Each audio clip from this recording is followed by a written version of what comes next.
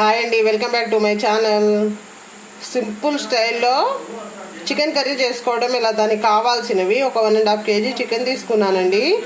పెద్ద సైజు ఉల్లిపాయలు రెండు టమాటాలు, అల్లం వెల్లుల్లి పేస్ట్. స్టవ్ వెలిగించుకొని ఒక గిన్నె పెట్టుకోవాలి. అందులో ఒక 2 పావులు ఆయిల్ వేసుకొని 2 లవంగాలు 2 ఇలాచీలు వేసుకోవాలి. ఆయిల్ వేడయ్యాక మనం కట్ చేసుకున్న ఉల్లిపాయ ముక్కలు వేసుకుందాము.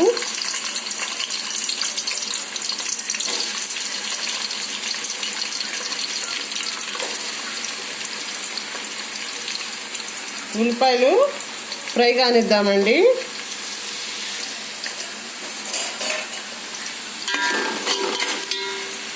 ఫ్రై అయ్యాక చూద్దాము. మనం తీసుకున్న చికెన్లో ఒక 2 స్పూన్ల అల్లం వెల్లుల్లి పేస్ట్, 1 స్పూన్ పసుపు,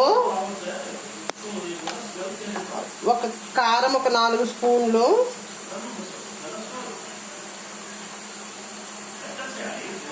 స్పూన్లు వేసుకొని కలుపుకుందాము. మ్యాగ్నేట్ చేసుకొని పక్కన పెట్టుకుందామండి. పెట్టాక చూద్దాం.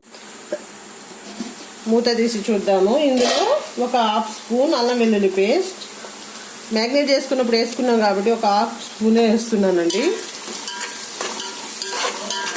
వేసుకొని మూత పెట్టుకుందాము. మగ్గాక చూద్దాం. ఒకసారి మూత తీసి చూద్దాము. ఇప్పుడు ఇందులో మనం కట్ చేసుకున్న టమాటా ముక్కలు వేసుకుందామండి. టమాటా ముక్కలు వేసుకొని ఇందులో సరిపడా సాల్ట్, కర్రీకి సరిపడా సాల్ట్,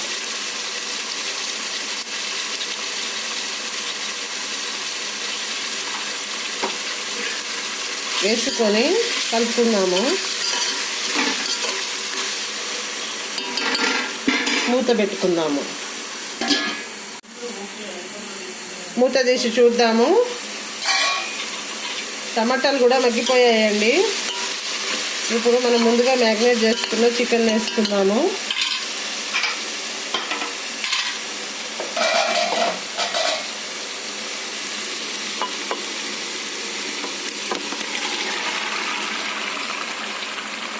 వేసుకొని ఒకసారి కలుపుకుందాము.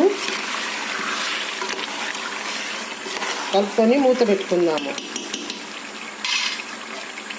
ఒక 5 minutes తర్వాత చూద్దాం. ఒకసారి మూత తీసి చూద్దాము. వావ్, చికెన్ కర్రీ రెడీ అయిపోయిందండి. కొంచెం ఒక గ్లాస్ వాటర్ కూడా పోసుకున్నాను.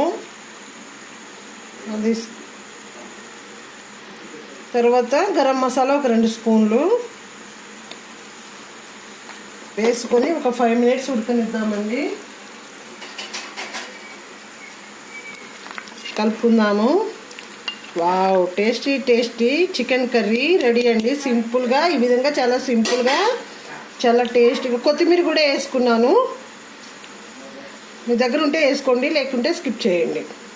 ఈ విధంగా చేసుకుంటే అన్నంతో, రొట్టెతోటి, బిర్యానీతోటి, పుల్కాతోటి చాలా బాగుంటుంది. తప్పకుండా ట్రై చేయండి. ఎలా వచ్చిందో కామెంట్ సెక్షన్లో కామెంట్ చేయండి. అంతేనండి. మా వీడియో కనుక మీకు నచ్చినట్లయితే లైక్ చేయండి, షేర్ చేయండి, సబ్స్క్రైబ్ చేసుకోండి.